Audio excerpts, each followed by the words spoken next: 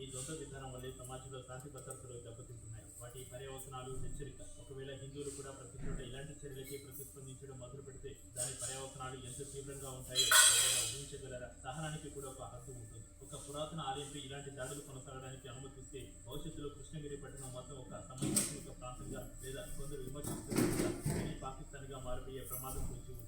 ఇది కేవలం ఒక ఊరి సమస్య కాదు, ఇది దేశవ్యాప్తంగా జరుగుతున్న ఒక ఎజెండాలో భాగమని చాలా మంది ఆలోచిస్తున్నారు.